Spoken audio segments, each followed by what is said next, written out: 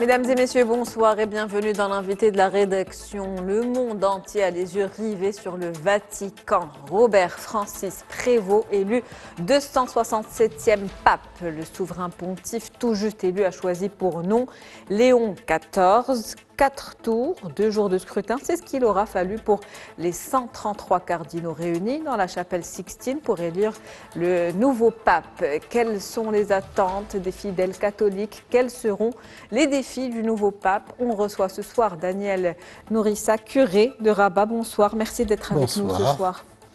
On accueille ensemble donc cette nouvelle inédite, donc le pape élu Robert Francis Prévost qui a choisi le nom de Léon XIV.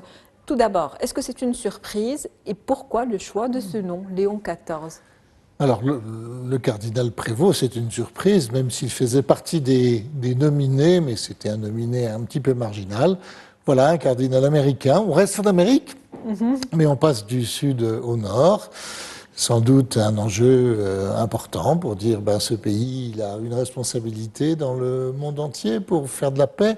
Et les premiers mots du pape Léon XIV, ça a été pour parler de la paix. J'y reviendrai.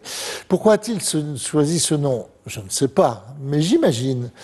Léon XIII, c'est un pape qui a vécu à la fin du XIXe siècle et qui est le pape qui a essayé de faire dialoguer l'Église avec la société de son temps. C'est celui qui a inventé ce qu'on appelle la doctrine sociale de l'Église, c'est-à-dire cette volonté d'appeler les chrétiens à être de ceux qui construisent un monde qui soit conforme à l'Évangile, un monde de justice, de paix.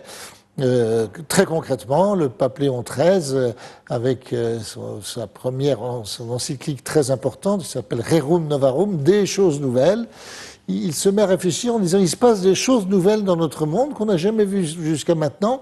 Il faut qu'on s'aide à empoigner cela. Et la chose nouvelle à l'époque, c'était l'avènement du prolétariat, enfin pas l'avènement, le développement d'un prolétariat très important, mais très maltraité par le capitalisme mondial de l'époque. Et le pape Léon XIII est celui qui a reconnu la légitimité des syndicats. Avant, on disait les syndicats, c'est communiste, c'est contraire, voilà. Et il a fait bouger l'Église sur ce sujet-là en disant il faut que les prolétaires puissent s'organiser entre eux pour pouvoir être à côté de ceux qui dirigent les entreprises, à côté du capital, ceux qui fassent entendre leur voix. Alors, quelles sont les réactions aujourd'hui, selon vous? Les réactions de stupeur d'abord de voir un pape américain, c'est sûrement un étonnement, pas celui qu'on attendait. Moi j'ai beaucoup aimé dans les premiers propos qu'il a dit, il a d'abord prononcé le mot de paix, il a donné la paix du Christ et la paix de Pâques, mais ensuite il a dit quelque chose qui tient beaucoup à notre cardinal de Rabat, qui a été prêtre à Kénitra, dit il faut que nous sachions que les chrétiens soient des faiseurs de ponts. Kénitra, c'est le petit pont. Voilà, et il a beaucoup insisté là-dessus, dès ses premiers mots, que les chrétiens, que l'Église passe son temps à bâtir des ponts entre les cultures, entre les milieux, entre les sociétés du monde. Et ça, je crois que c'est vraiment dans la dynamique de François. Mais il le dit d'une manière nouvelle et on attend avec impatience ce qui sera son grain de sel, quoi. Quel goût nouveau il va donner à l'Évangile et à l'Église pour pouvoir affronter les nombreux défis de ce XXIe siècle. On le verra en tout cas dans les quelques jours qui viennent. Voilà. 4 tours de scrutin, un choix qui a été assez rapide. Un choix rapide. Est-ce que ça montre que finalement ce pape ressortait déjà comme étant un favori? Peut-être. Sans doute, ou en tout cas, alors on ne sait sans doute, il a dû apparaître. Peut-être a-t-il pris la parole dans les conférences qu'il y a eu la semaine dernière, qui étaient confidentielles, donc on ne savait pas trop ce qui se passait. C'est ce qui s'était passé avec François.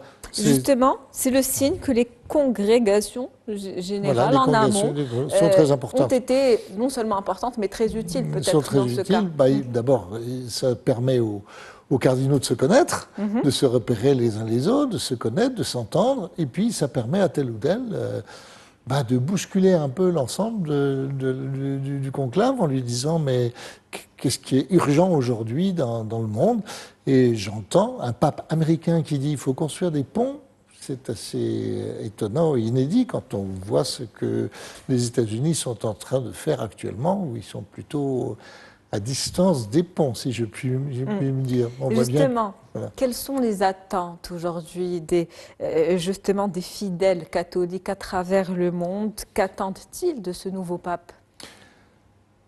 Qu'il les aime d'abord, et il a su dire très vite Dieu aime tous les hommes, Dieu aime tout un chacun, et ça il est bien dans le droit fil de François. C'est le message qu'il faut dire. Dieu a tant aimé le monde qu'il a donné son Fils pour que tous soient respectés, aimés, sauvés et découvrent leur vie. Je pense qu'on attend de lui un dynamisme nouveau, peut-être une manière de gouverner. François était parfois un petit peu clivant dans sa manière de faire, donc ce sera plus un homme qui saura faire des ponts entre les uns et les autres pour aider à ce qu'il y ait encore plus de synodalité, de collaboration des uns et des autres pour pouvoir faire grandir cette mission de l'Église. Mais j'entends déjà, en entendant cela, j'entends déjà que les ponts que François a si bien su établir avec la communauté musulmane dans le monde entier, il va les poursuivre et les amplifier. Et ça me paraît extrêmement, extrêmement important. Que les croyants soient un peu l'âme du monde, qui viennent dire nous ne sommes pas dans ce monde par hasard, nous ne sommes pas le fruit du hasard, mais nous sommes le fruit d'un amour premier, qui est l'amour de Dieu. Et notre travail à nous les croyants, c'est de nous aider à découvrir cette volonté de Dieu qui est que les hommes soient frères et sœurs, que les hommes grandissent en fraternité et bâtissent des ponts les uns avec les autres. Faire des ponts, les Romains nous ont appris que les ponts c'est complexe à construire, c'est un vrai travail, c'est un vrai travail. Et j'attends de François, j'attends de Léon XIV, j'attends de Léon XIV, vous voyez c'est difficile, on a des réflexes. Hein. Moi j'attends de Léon XIV qui nous donne vraiment des points de repère pour mieux construire des ponts qui soient solides et en même temps des beaux ponts, voilà, qu'on ait envie de franchir, qu'on ait envie de traverser, comme le magnifique pont du tramway qui a été construit dans le bourg grec à Rabat. Absolument. C'est si beau ce pont. C'est pas un pont prétentieux, il est bas, il s'impose pas. Mais en même temps, il a permis à Salé et Rabat de communiquer et il permet à beaucoup de personnes du coup de se rencontrer et de construire cette magnifique agglomération de Rabat. Bon, c'est une image, mais moi, elle me plaît bien. Et je sais d'ailleurs que ce pont, c'était une femme qui avait piloté les travaux du pont. Elle était dans...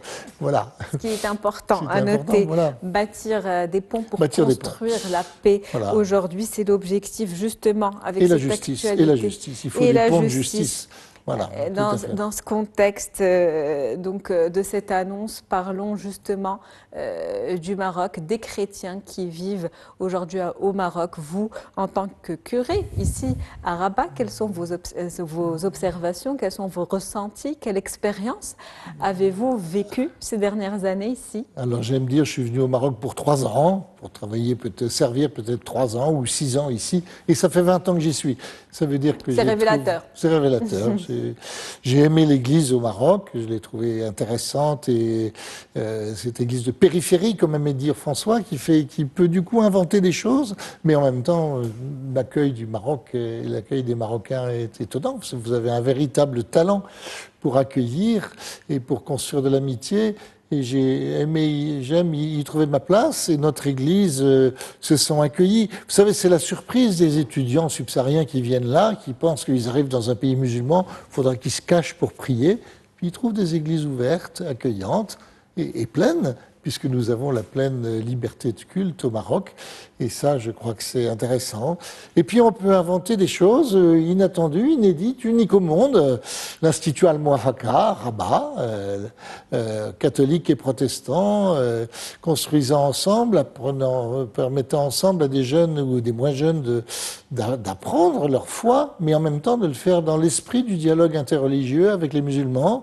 Et très souvent, vendredi, demain, il y aura une grande conférence à Al-Muwafaqa sur les enjeux de l'islam aujourd'hui, avec des intervenants musulmans, chrétiens, juifs. Ça dit des choses, c'est des ponts ça aussi, c'est des ponts qui permettent...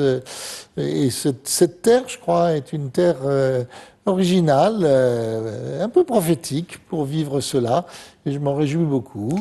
Que Sa Majesté ait dit, lorsqu'il a reçu sa sainteté, François, dit « Le temps de la tolérance est passé, il nous faut passer au temps de la co-connaissance, apprendre à nous connaître les uns les autres, pour mieux connaître les ressources des uns et des autres, les ressources spirituelles, le trésor de la foi des uns et des autres, pour être les uns par les autres des bâtisseurs de fraternité et faire la volonté de Dieu. » Voilà. Mieux se connaître pour mieux se respecter et puis mieux servir et mieux servir le monde. Les églises sont pas voilà, les religions ne sont pas faites pour elles-mêmes, elles sont faites pour relier. C'est le mot même. Hein. Elles doivent être des ponts et se mettre au service de la société tout entière qui manque d'espérance et qui a tant besoin d'espérance, alors que la venue de Léon XIV soit un beau signe d'espérance pour le monde entier. Un signe d'espérance. On est assez optimiste en tout cas pour qu'il y ait ces ponts qui soient construits, Absolument. ces ponts qui soient solides comme vous le disiez et ces ponts bâtis pour justement construire cette paix dont on a tant besoin dans un monde où il y a tant de perturbations et de tensions. Donc toujours pour rester sur ce dialogue interreligieux qui est une réalité aujourd'hui au Maroc, un espace justement dans lequel il y a non seulement au-delà de la tolérance, on est au-delà de la tolérance, au-delà de la tolérance. Et les deux souverains, Sa Majesté Mohamed VI et le pape François, avaient beaucoup réfléchi au service des croyants pour l'éducation des jeunes, pour apprendre aux jeunes à être des serviteurs de cette fraternité, de ce dialogue, de cette rencontre, de la justice, de la paix. Et je crois qu'on peut collaborer les uns avec les autres pour cela. Et nous aimons beaucoup au Maroc avoir nos écoles catholiques où il n'y a que des enfants musulmans, à qui on n'apprend pas du tout la religion chrétienne, mais qu'on aide à être des vraiment humains. Et c'est ça l'enjeu. Comment les religions nous aident à construire une humanité belle, fraternelle, qui aime faire des ponts. Merci à vous, Daniel Nourissa, d'avoir été notre invité ce soir. Vous êtes curé de la cathédrale Saint-Pierre de Rabat. Curé de Rabat, c'était un plaisir de vous avoir avec nous ce soir. Et dès demain, dans la prière, je citerai le pape Léon. Absolument. Merci beaucoup. Merci à vous. C'est la fin d'invité de la rédaction pour ce soir. Merci pour votre fidélité. On se retrouve demain avec un nouvel invité. Nouveau sujet. Très bonne soirée.